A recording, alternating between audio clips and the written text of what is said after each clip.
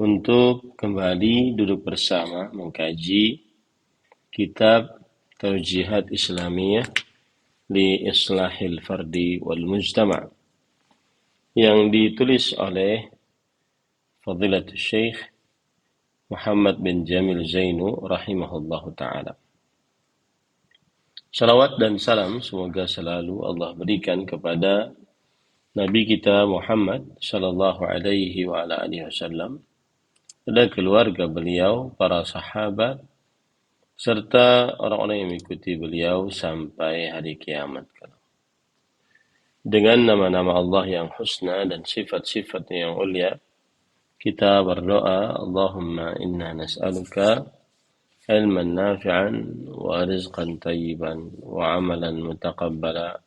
Allahumma amin. Ahibati fillah, afanillahu wa iyyakum, kaum muslimin, jamaah bumiku mengaji yang saya cintai karena Allah. Semoga Allah Subhanahu wa ta'ala selalu memberikan afiat kepada kita di dunia dan di akhirat. Pada kesempatan kali ini kita masih di dalam pembicaraan a'malul umrah, yaitu pekerjaan haji umrah.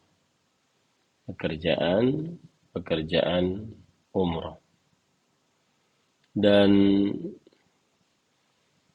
masih kita membicarakan pada poin pertama, yaitu penulis mengatakan al-ihram, libas al-ihram indal miqat. Pakailah pakaian ihram saat di miqat. Dan pada pertemuan sebelumnya kita sudah sampai kepada kesunahan ihram, yaitu mandi, kemudian sholat.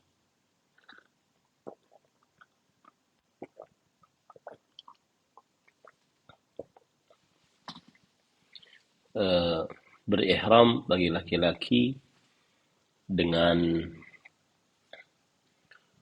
2 kain putih, kemudian memakai minyak wangi, kemudian setelah itu berihram setelah sholat. Sekarang kita lanjutkan apa yang disebutkan oleh penulis. Wa qul labbaika Allahumma bi'umrah. Warfa' sautaka bitalbiyah. Labbaik Allahumma labbaik, dan seterusnya. Dan ucapkanlah labbaik Allahumma bi'umrah. Dan angkatlah suaramu dengan talbiyah dengan mengucapkan labbaik Allahumma labbaik. Ahibati fillah, afanillah wa iyyakum. Ketika seseorang ingin memulai melaksanakan ibadah haji atau umrah, maka hendaknya dia mengucapkan kata yang menunjukkan dia sudah berniat untuk berhaji atau berumrah, yaitu dengan mengucapkan labbaika Allahumma bi'umrah atau labbaika umratan. Nah, ini kalau sudah mengucapkan ini berarti dia sudah berihram. Berihram artinya sudah memulai melaksanakan ibadah haji atau umrah.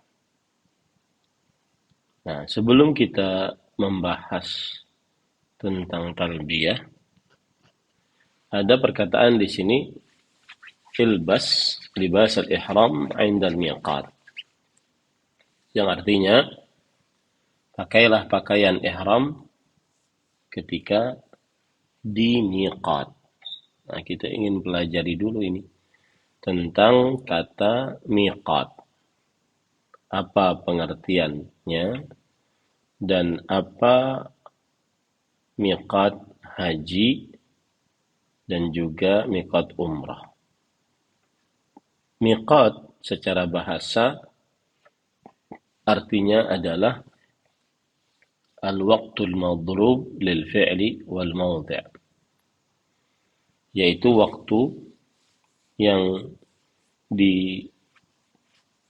disebutkan untuk sebuah pekerjaan atau waktu yang disebutkan untuk sebuah tempat.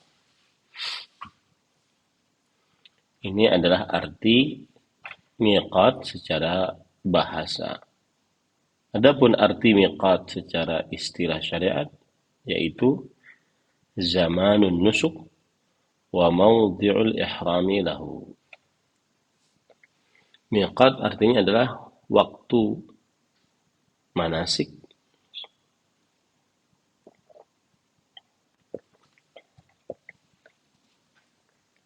dan tempat berihram untuk mengerjakan manasik tersebut.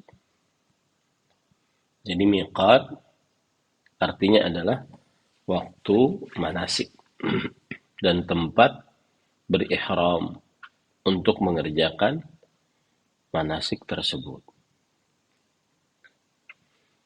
Kemudian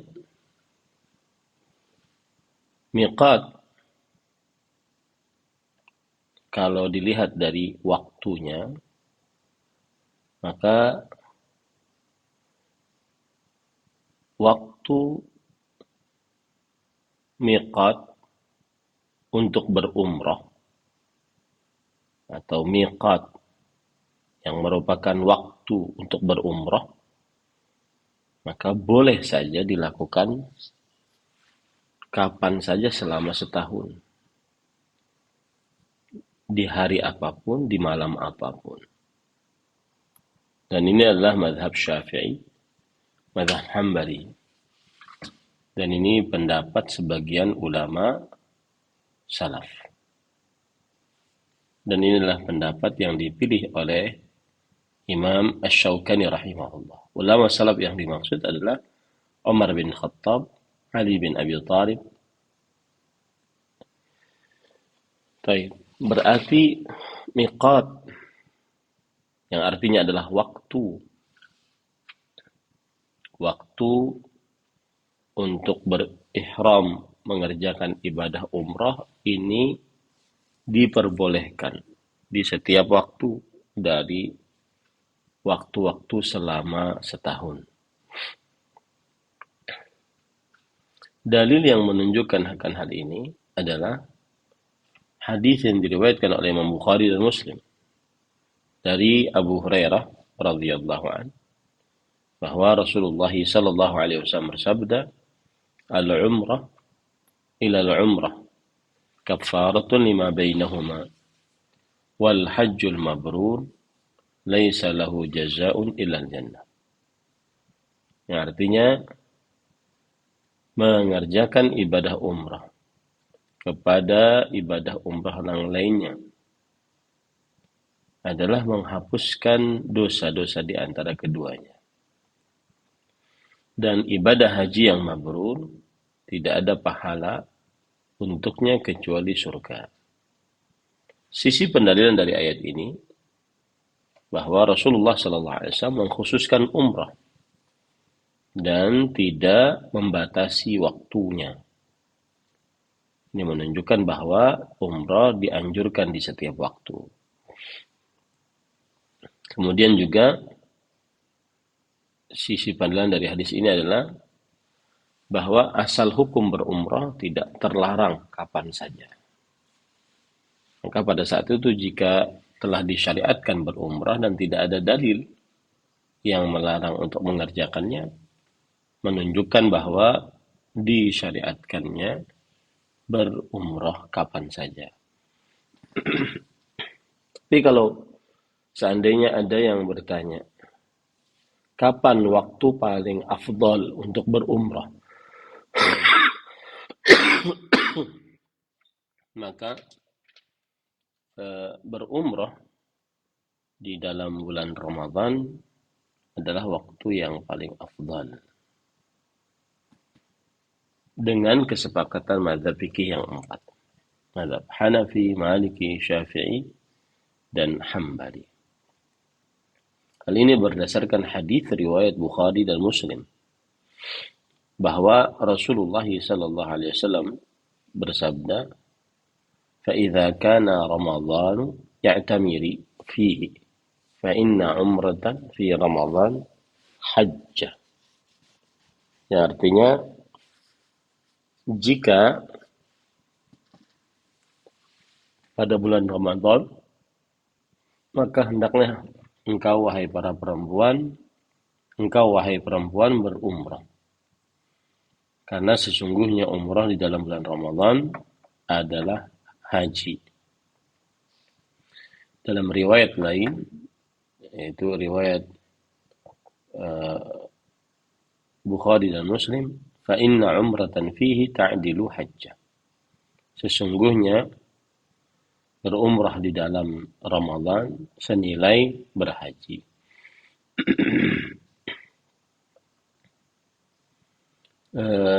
Kemudian para ulama menjelaskan kenapa berumrah dalam bulan Ramadan lebih afdal.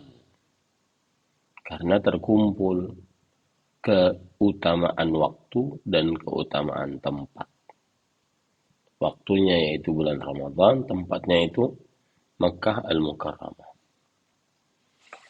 Kemudian para ikhwan yang dirahmati oleh Allah Subhanahu wa taala, adapun kalau ditanya miqat berhaji, yaitu waktu untuk menaikkan ibadah haji, nanti kita bahas pada pertemuan tentang haji. Ya. Nah, kemudian ahibati fillah, afanillah wa iyyakum.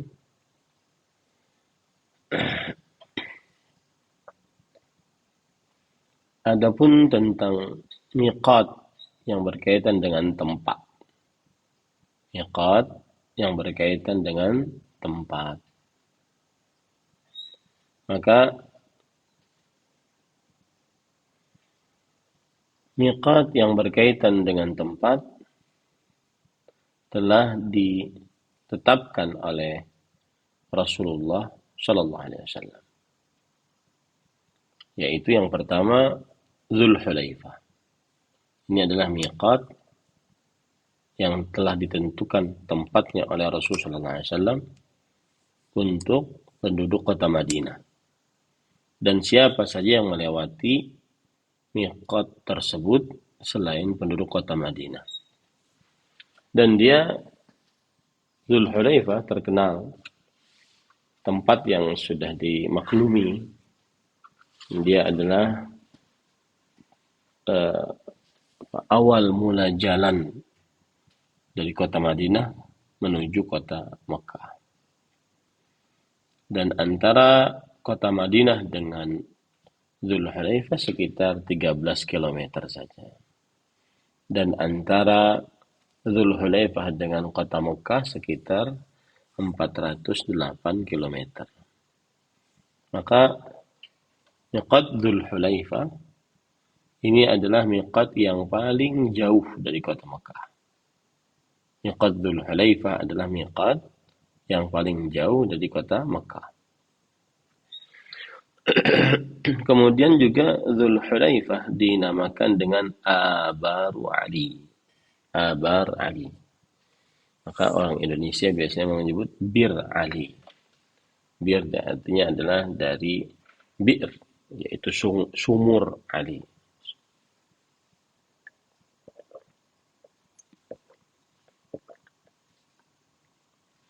Berkata Al-Khattab, qala Ibnu Jama'ah, biha al-bi'ru allati yusammunaha al-awwamu bi'ra Ali, wa yansibunaha ila Ali radhiyallahu anhu, wa yaz'umuna annahu qatala al-jinna biha, wa nisbatuha ilayhi radhiyallahu anhu ghairu ma'rufah 'inda ahli al-'ilm, wa la yurma biha hajar wa la ghairu kama yaf'aluhu ba'dul jahalah. Imam Ibnu Jama'ah rahimahullah berkata, di Dzulhulaifah terdapat sumur yang orang-orang awam menamainya dengan Sumur Ali. Kenapa dinisbatkan kepada Ali bin Abi Thalib radhiyallahu anhu? Karena mereka meyakini bahwa Ali bin Abi Thalib radhiyallahu anhu membunuh jin di tempat tersebut. Ya, nah, tetapi menurut para ulama, penisbatan sumur tersebut kepada Ali bin Abi Thalib adalah tidak dikenal dan tidak ada riwayatnya yang diketahui oleh para sahabat Nabi atau para ulama rahimahumullah. Maka tidak boleh kita melempar batu ke sumur tersebut atau yang melempar selainnya sebagaimana dilakukan oleh orang-orang yang tidak paham tentang ilmu agama. Kemudian miqat yang kedua adalah Al-Juhfah. Miqatnya penduduk Syam atau yang datang dari arahnya seperti Mesir, Maroko, ya. Dan jarak antara kota Mekah dengan penduduknya dengan Al-Juhfah adalah 186 km. Dinamakan Juhfah karena aliran angin, aliran air terkumpul di daerah tersebut.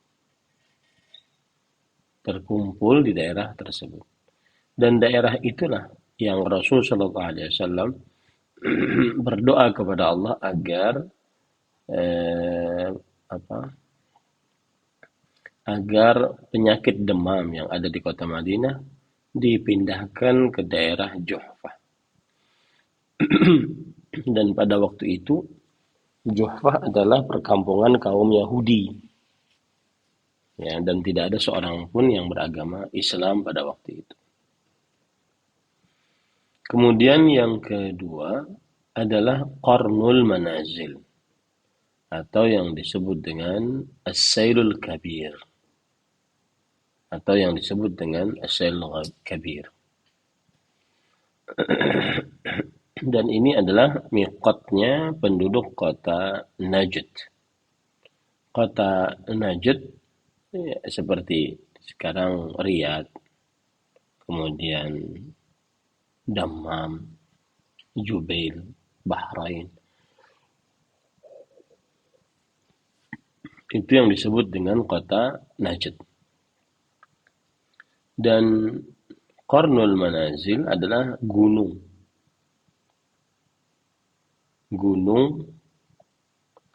yang terletak antara ia dengan kota Mekah sekitar 78 km. Dan Qarnul Manazil atau As-Sailul Kabir adalah miqat yang paling dekat dengan kota Mekah dibandingkan miqat-miqat yang lain. Miqat yang keempat adalah Yalamlam. Miqatnya penduduk kota Yaman. Dan dia sekitar di arah selatannya kota Mekah dan terletak sekitar 120 km dari kota Mekah. Miqat yang kelima adalah Dzatu Irq. Miqatnya penduduk Irak. Ya. Dan Dzatu Irq adalah desa yang terletak antara kota Mekah sekitar 100 km saja. Dalil tentang miqat ini disebutkan dalam hadis riwayat Bukhari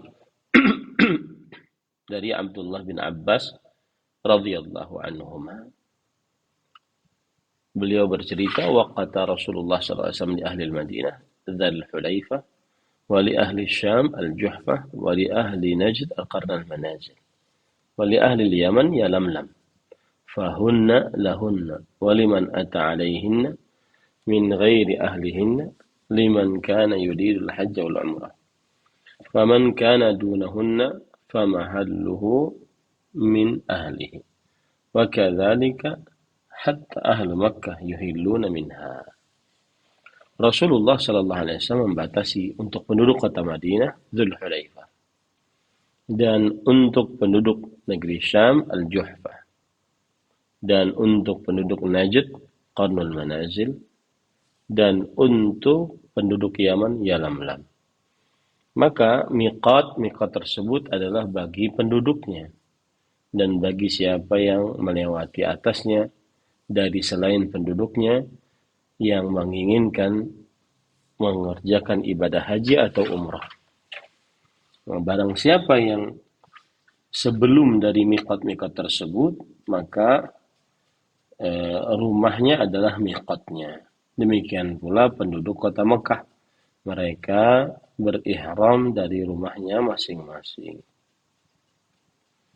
Nah, ini adalah miqat. Karena tadi membicarakan tentang miqat. Syekh menyebutkan tentang miqat.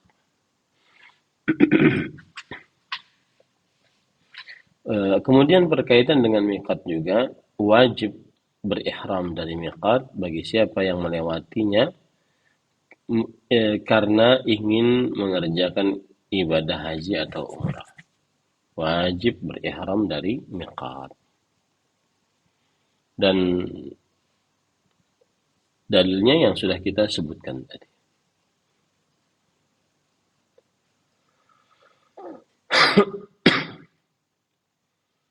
Kemudian barang siapa yang berjalan di dalamnya tidak ada miqat yang telah ditentukan, baik itu melalui daratan, melalui lautan, maka dia berusaha apabila sejajar dengan miqat, maka dia berihram di sana. Dan ini adalah kesepakatan mazhab fikih yang 4. Dalil yang menunjukkan akan hal ini adalah perkataan dari Abdullah bin Umar radhiyallahu anhu.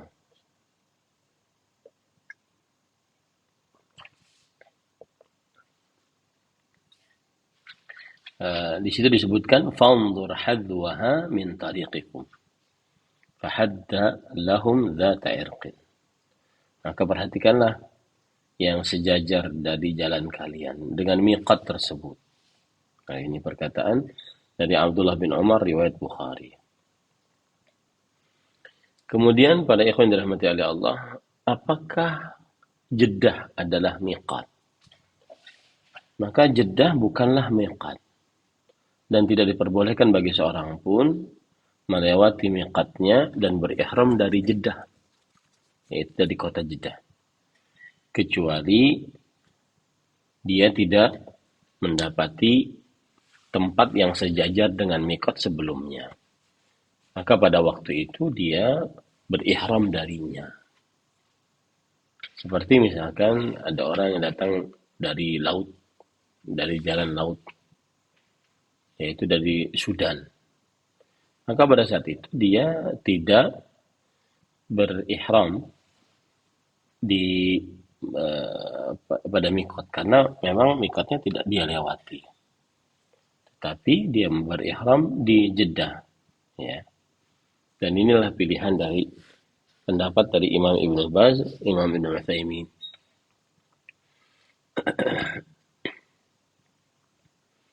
Nah, kemudian barang siapa yang melewati miqat tanpa berihram dan dia tidak kembali ke miqat untuk berihram, maka orang seperti ini wajib kembali ke miqat dan berihram darinya. Kalau dia tidak kembali, maka dia berdosa dan wajib baginya untuk menyembelih hewan dam. Yaitu ini adalah pendapat dari mazhab fikih yang 4, mazhab Hanafi, Maliki, Syafi'i dan Hambali.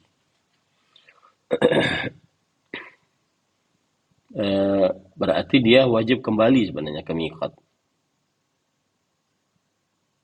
Dan ini dalilnya adalah karena dia sudah masuk ke dalam manasik haji atau manasik umrah. Sedangkan manasik haji atau manasik umrah, dia wajib berihram dari miqat. Dan ini adalah sebuah kewajiban. Apabila dia meninggalkan, maka dia wajib kembali. Kalau dia tidak kembali, kemudian dia berihram setelah melewati miqat, maka dia berdosa dan wajib menyembelih hewan. Dibagikan kepada fakir miskin di kota Mekah. Taib. Barang siapa yang melewati miqat tanpa berihram, kemudian dia kembali ke miqat, lalu berihram darinya, maka pada saat itu tidak ada dam atasnya, yaitu tidak bayar denda dengan menyembelih hewan atasnya. Taib. Ada lagi permasalahan, siapa yang berihram setelah lewat miqat, kemudian ia kembali lagi ke miqat, maka pada saat itu tidak gugur kewajibannya membayar dam. Tidak gugur kewajibannya membayar dam. Hal ini berdasarkan perkataan dari Abdullah bin Abbas radhiyallahu anhu, "Man taraka syai'an min nusukihi falyuhriq daman."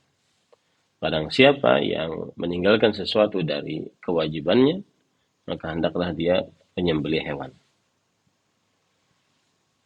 Nah, kemudian jika seseorang melewati miqat, tetapi dia tidak ingin menunaikan ibadah haji atau umrah,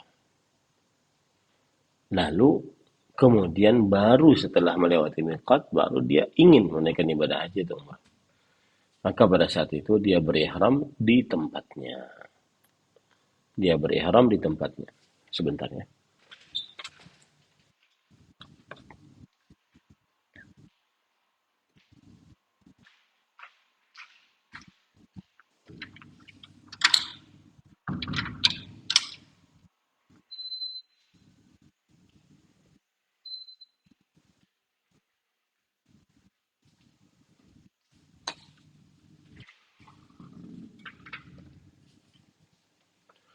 Baik. Para ikhwah yang dirahmati oleh Allah Subhanahu wa taala, jika melewati miqat, awalnya dia tidak ingin berhaji atau berumrah, kemudian setelah di dalam miqat, melewati miqat, baru dia ingin berhaji dan umrah, maka dia berihram di tempatnya dan tidak ada dam atasnya. Hal ini berdasarkan perkataan Abdullah bin Abbas radhiyallahu anhu. Rasul sallallahu alaihi wasallam bersabda, "Man kana duna dzalik famin haitsu ansha, hatta ahlu Makkah min Makkah." Rasul sallallahu alaihi wasallam bersabda, siapa yang berada sebelum miqat, maka hendaklah dia berihram di tempat dia, sampai penduduk kota Mekah berihram dari Mekah.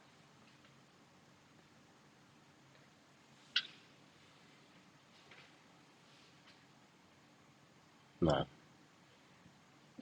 kemudian para ikhwan yang dirahmati oleh Allah Subhanahu wa taala, barang siapa yang melewati miqat dan dia tidak menginginkan untuk menunaikan ibadah haji atau umrah, dan dia tidak menginginkan masuk ke dalam tanah suci, maka tidak wajib baginya berihram.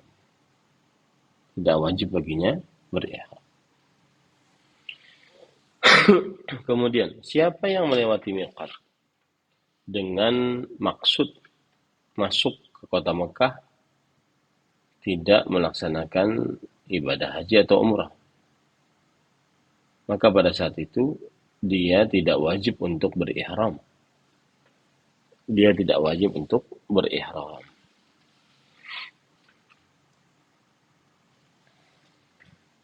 Nah, kemudian para ikhwan dirahmati oleh Allah, hukum mendahului berihram sebelum sampai kepada miqat. Boleh mendahului berihram sebelum sampai kepada miqat. Akan tetapi ini dimakruhkan. Karena Nabi Muhammad SAW berhaji atau berumrah, dan beliau meninggalkan berihram dari rumahnya atau dari masjidnya. Padahal itu lebih utama. Dan Nabi Muhammad SAW berihram dari tempat berihramnya, yaitu di tempat miqat. Dan tidaklah beliau melakukan itu kecuali itulah yang paling afdal. Nah, kemudian tidak diperbolehkan bagi seorang wanita yang ingin menunaikan ibadah haji atau umrah untuk melewati miqat tanpa berihram. Meskipun dia dalam keadaan haid, maka hendaklah dia berihram. Ya. Dan ihramnya adalah sah. Ya, jadi wanita haid dan nifas tidak menahan mereka untuk berihram dari miqat. Nah, ini berdasarkan hadis yang diriwayatkan oleh Imam Muslim bahwa Asma binti Umais Muhammad bin Abi Bakar beliau melahirkan. Lalu bertanya kepada Rasulullah SAW, apa yang aku harus perbuat? Beliau melahirkan saat di miqat. Lalu Rasulullah SAW menjawab, "Ightasili wastaghfiri bi thawbin wa ahrim." Mandilah, kemudian pakailah pembalut dan berihramlah. Di sini Rasulullah SAW memerintahkan para wanita nifas untuk mandi dan berihram. Dan tidak ada perbedaan antara wanita haid dengan yang lainnya. Karena nifas bahkan lebih lama daripada haid. Nah, dalilnya adalah ijma' dinukil oleh para ulama. Di antaranya Imam An-Nawawi rahimahullah dalam kitab Al-Minhaj Syarah Nawawi ala Sahih Muslim. Fihi sihhatu ihramin nufasa wa huwa mujma'un alaih. Di dalam hadis tadi terdapat sahnya ihram wanita yang sedang dalam keadaan nifas baru melahirkan, dan ini adalah disepakati para ulama rahimahumullahu ta'ala. Nah, itu berkaitan dengan perkara-perkara miqat, ya. Nah,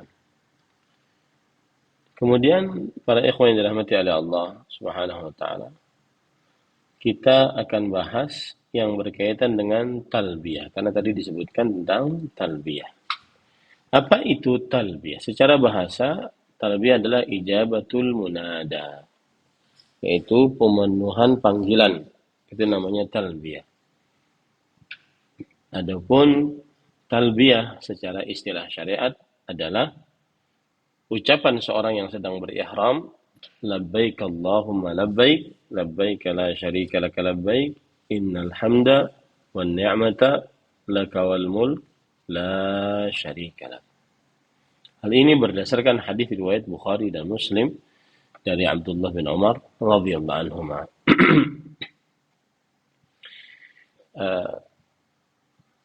Halo? Cek. Terdengar jelas ya? Nah, jelas Ustaz. Oke. Hukum talbiyah. Talbiyah hukumnya adalah sunnah menurut mazhab Syafi'i Hambali, dan ini adalah pendapat yang dipilih oleh Imam Ibnu Baz, Imam Ibnu Utsaimin rahimahullah ta'ala. Dalilnya adalah bahwa Abdullah bin Umar radhiyallahu anhuma berkata, sami'tu Rasulullah sallallahu alaihi wasallam yuhillu mulabbidan yaqul labbaik Allahumma labbaik, labbaik la syarika laka labbaik, innal hamda wan ni'mata laka wal mulk la syarika lak. Aku telah mendengar Rasul sallallahu alaihi wasallam mengucapkan talbiyah dengan ucapan yang saya sebutkan tadi. La yazidu ala haula'il kalimat. Beliau tidak menambahkan dari ucapan-ucapan itu.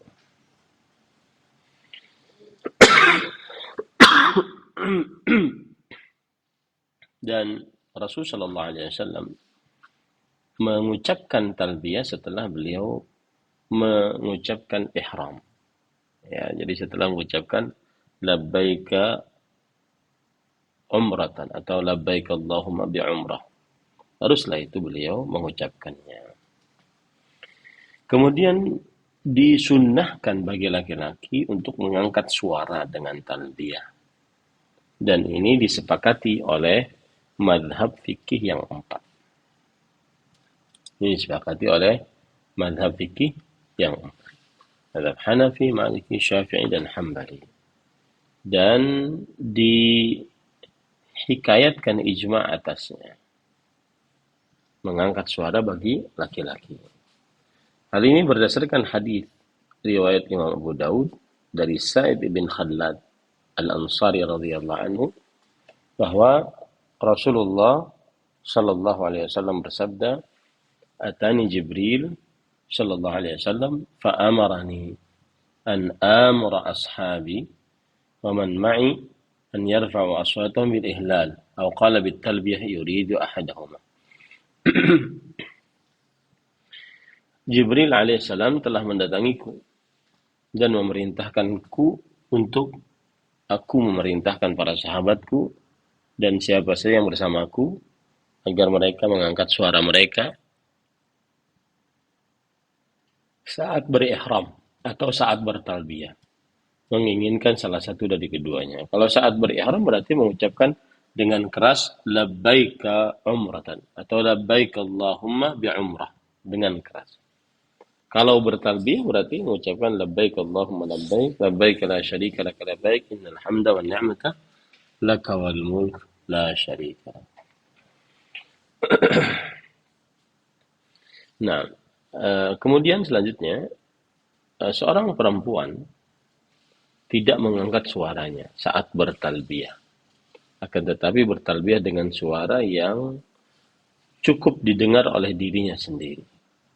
Dan ini adalah kesepakatan mazhab fikih yang 4. Perempuan tidak mengangkat suaranya. Bahkan dinukilkan ijma' atas hal itu.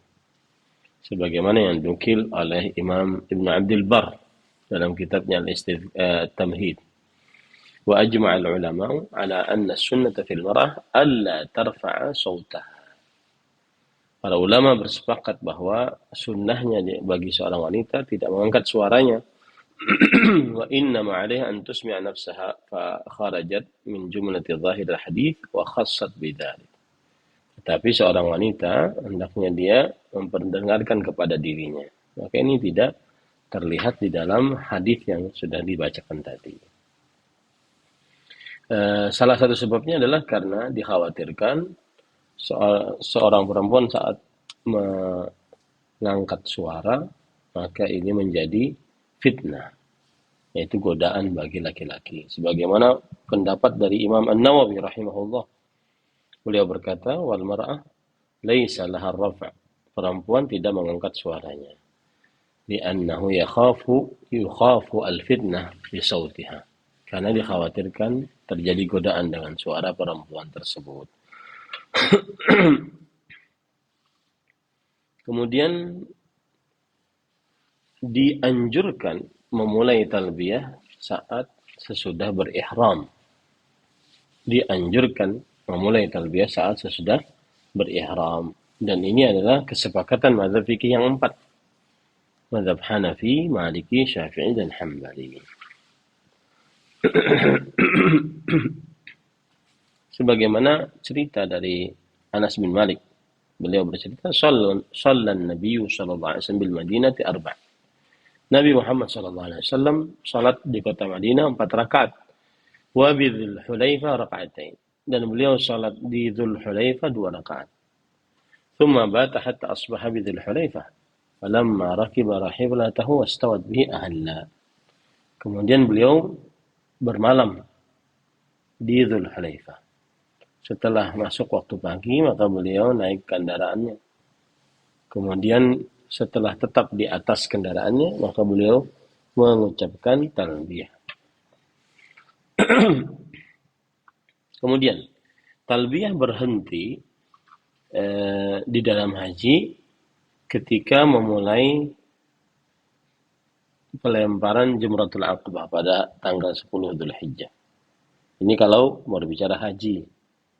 Ya. Dan ini tidak ada perbedaan antara haji ifrad atau haji qiran atau haji tamattu. Talbiyah berhenti saat seseorang mau melempar jumrah al-aqabah pada hari Nahar.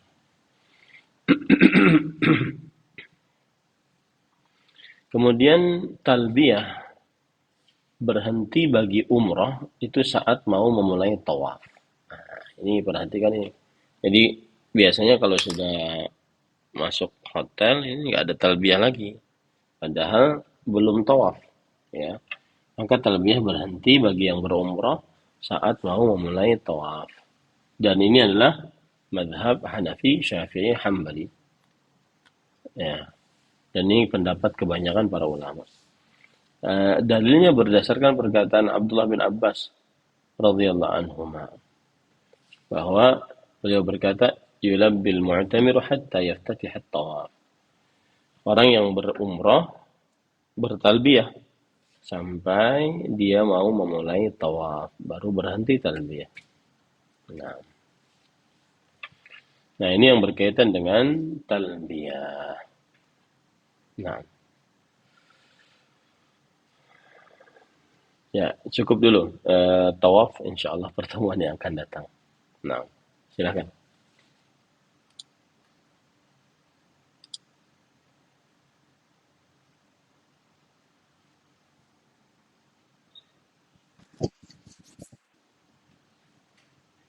Nah, silakan. Nah, jazakallah khair Ustaz atas penyampaian materinya. Selanjutnya kami persilahkan jamaah, tafadhol, mungkin ada yang ingin ditanyakan kepada Ustaz terkait materi hari ini, yaitu kita membahas terkait mikot tadi dan juga penjelasan Ustaz terkait talbiyah. Mungkin sambil menunggu Ustaz ini, sambil menunggu pertanyaan yang masuk. Nah, ada yang masuk. Izin untuk sedikit memperjelas Ustaz untuk anak terutama. Jadi kalau tadi Ustaz katakan wanita haid gitu, Ustaz tetap melakukan amalan-amalan di mikot, artinya seumpama ini ada hotel gitu ya di Mekah, setelah itu berarti tetap menunggu di hotel tanpa melakukan tawaf dan seterusnya, dan tetap berihram sampai waktunya bisa berumrah gitu ya Ustaz. ya, bismillah, walhamdulillah, wassalatu wassalamu ala rasulillah, wa ala alihi wa ashabihi wa man wala amma ba'd. Apabila wanita yang sedang haid tadi atau nifas tadi berihram, maka diperbolehkan ya. Cuma ketika sampai di kota Makkah, tentunya dia tidak bisa melaksanakan ibadah tawaf. Lalu bagaimana? Apa yang dia lakukan? Maka berarti dia masih dalam keadaan berihram sampai dia suci, lalu dia bertawaf, sa'i, dan tahallul. Wallahu a'lam. Nah, Jazakallahu khairan Ustaz. barakallahu fiik. Tafadhol jamaah, barangkali ada yang mau ditanyakan atau didiskusikan bersama Ustaz. Silakan Pak Dani Hidayat.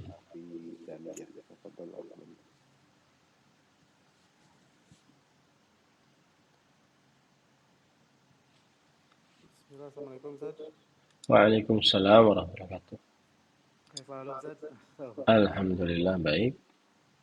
Ustaz, izin bertanya mengenai apa seputar umroh Ustaz. Ya. Untuk penghapusan dosa antara umroh dan umroh, Jumat ke Jumat, itu kan dosa besar apa dosa kecil Ustaz?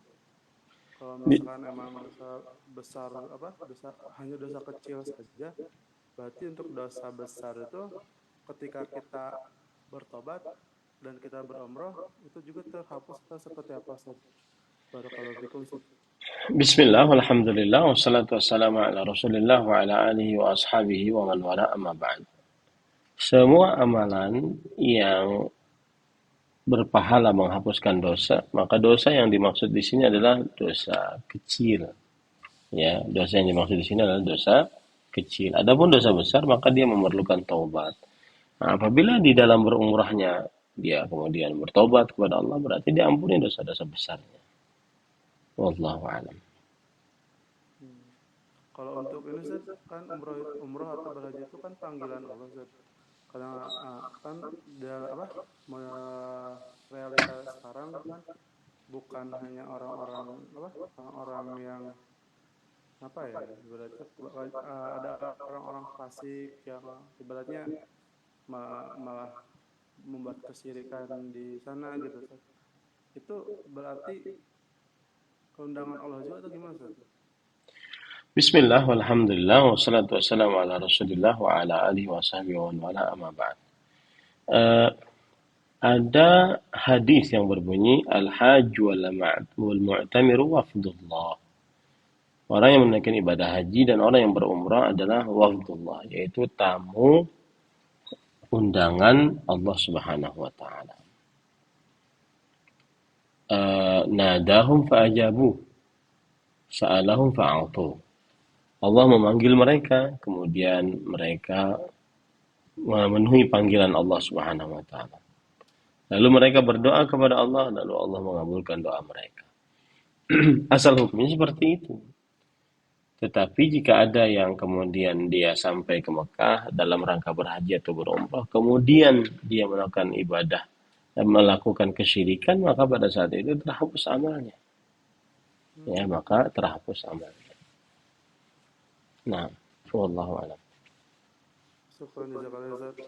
Barakallahu fiik.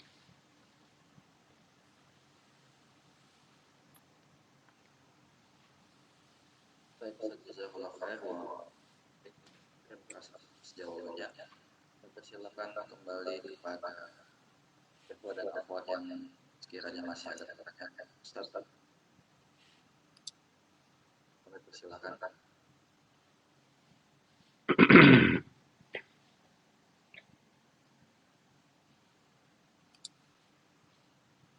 Ada belum ada yang masuk ya, Ustaz.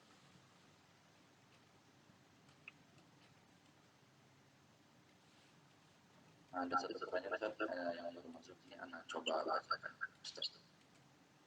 Nanya berkata, Assalamualaikum warahmatullahi wabarakatuh. Ustaz, jika berhubung tanpa grup travel dan transit di Doha atau Turki sudah bisa mikot ya Ustaz, dari Indonesia atau dari Eropa diberangkat atau dari Eropa keberangkatannya. Bismillah, walhamdulillah, wassalatu wassalamu ala rasulillah wa ala alihi wa sahbihi wa man wala amma ba'd.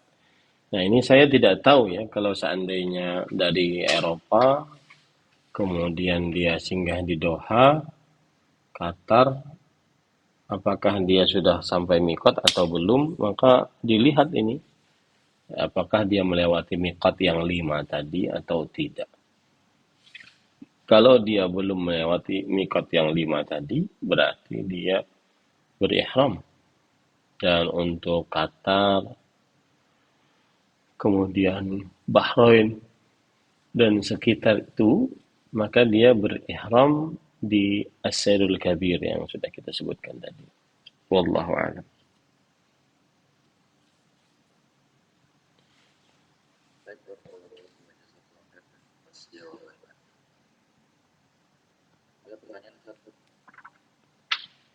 Nah, silakan.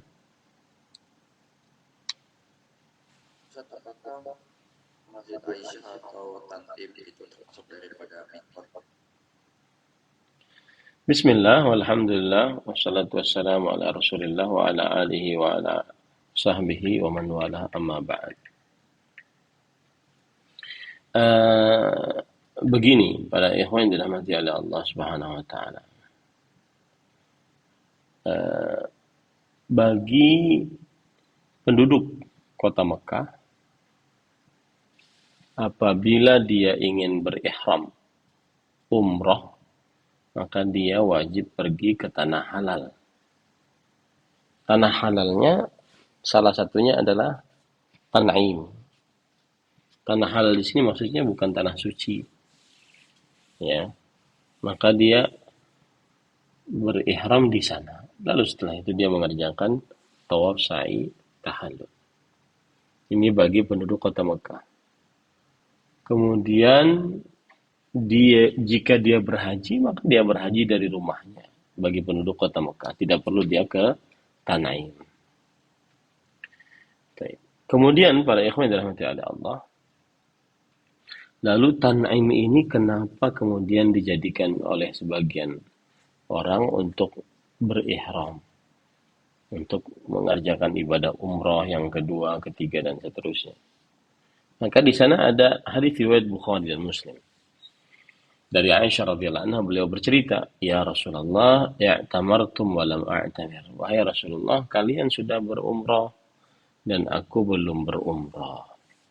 Maksudnya beliau ketika Nabi Muhammad SAW berhaji itu, Aisyah dalam keadaan haid. Akhirnya beliau bisa berihram saja, tetapi belum mengerjakan ibadah umrah. Makanya Aisyah radhiyallahu anha berkata, "Wahai Rasulullah, kalian sudah berumrah, sedangkan aku belum berumrah, karena aku dalam keadaan haid." Maka Rasul sallallahu alaihi wasallam bersabda, "Ya Abdurrahman, idhhab bi ukhtik fa'amirha minat tan'im." Wahai Abdurrahman, pergilah engkau dengan saudarimu Aisyah. Abdurrahman bin Abi Bakar ini ya. Kemudian berumrahlah dari Tan'im. Nah, itu dia.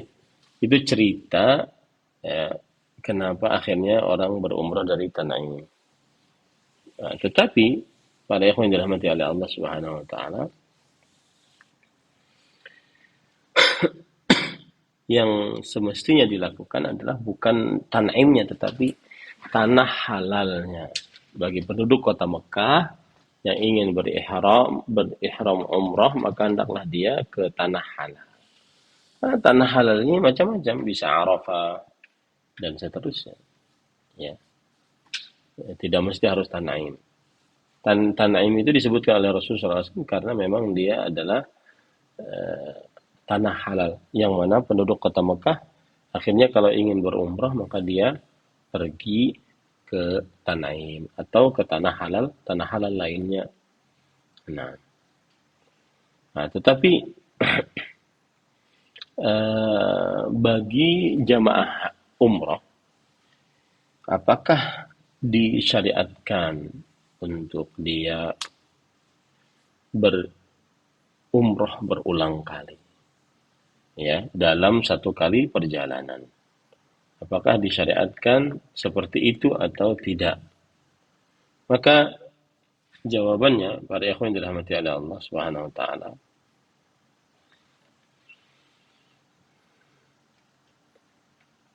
yang jika dilakukan mengulangi umroh dalam satu kali perjalanan, maka ini tidak ada sunnahnya dari Rasul Sallallahu Alaihi Wasallam. Yaitu tidak ada sunnahnya dari Rasul Sallallahu Alaihi Wasallam.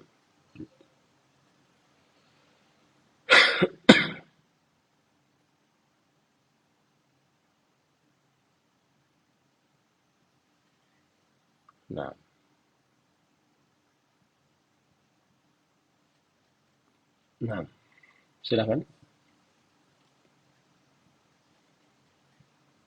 Baik, terima kasih sudah atas jawabannya.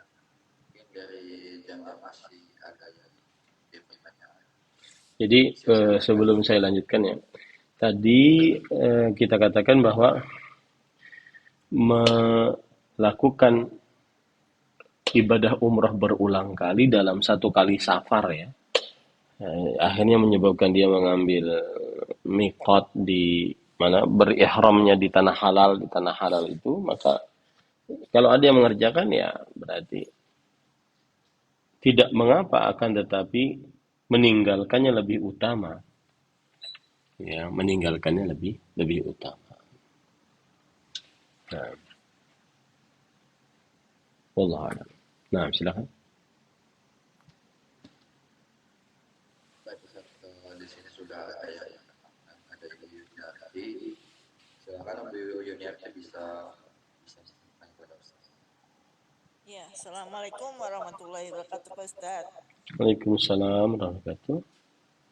Saya izin bertanya, Pak Ustadz. Kan saya itu sudah 4 kali umroh ya, Pak Ustadz. Nah, mengambil mikotnya kan itu di Bir Ali. Nah, kita sebetulnya kalau saya baru tahu juga sih, kalau kita kan berhenti di Bir Ali ya. Terus kita sholat untuk umroh itu kan sebetulnya kata tidak ada hadisnya. Jadi kita hanya apa untuk mengambil mikot tuh apa untuk lewat saja, apa kita harus sholat di dalam masjid itu Pak Ustadz? Bismillah, walhamdulillah, wassalatu wassalamu ala rasulillah wa ala alihi wa ashabihi wa man wala amma ba'd. Adapun salat di Dzul Hulaifah, yaitu Bir Ali orang menyebutnya, maka ini ada hadis Rasul sallallahu alaihi wasallam akan hal tersebut, yaitu Rasulullah sallallahu alaihi wasallam dikatakan oleh Jibril, "Shalli fi hadzal wadi al-mubarak wa qul umratan fi hajjah." Salatlah di dalam lembah yang penuh dengan berkah ini dan ucapkanlah, aku mengerjakan ibadah umrah di dalam haji, yaitu qiran. Nah, ini menunjukkan bahwa dianjurkan bagi siapa yang ingin berhaji atau berumrah untuk sholat 2 rakaat di miqat. Ya, karena tempatnya yang penuh dengan berkah, bukan karena ihramnya. Ya, bukan karena ihramnya. Jadi sholat 2 rakaat sebelum berihram itu belum ada pensyariatannya. Tetapi yang ada adalah Rasul sallallahu alaihi wasallam sebelum berihram beliau mengerjakan 2 rakaat karena beliau ingin mengerjakan sholat zuhur atau asar. Intinya berihram setelah sholat. Begitu. Wallahu a'lam.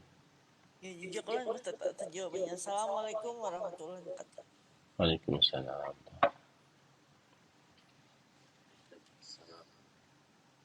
Bisa kalau saya bisa jawabannya, bisa menjawab pertanyaan.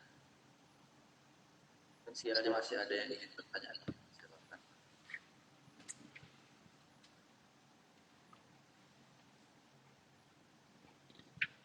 Baik, sepertinya sudah habis, tidak ada yang tanya lagi. Kita coba sampai sini. Oke. Alhamdulillah, jamaah sekalian, kita sudah menyimak ilmu yang sudah disampaikan oleh Ustaz Suragita. Sebenarnya semoga bisa bermanfaat bagi kita tentunya, dan juga bisa menjadi tambahan kebaikan juga untuk Ustaz. Kami ucapkan terima kasih kepada Ustaz Jazakallahu atas kebaikan kita semuanya, dan kami dari segenap tim Majid, maaf jika ada sikap dari kami, dan semoga dapat berjumpa pada kajian yang akan datang. Wassalamualaikum warahmatullahi wabarakatuh. Assalamualaikum warahmatullahi wabarakatuh. Waalaikumsalam warahmatullahi wabarakatuh. Barakallahu fiik.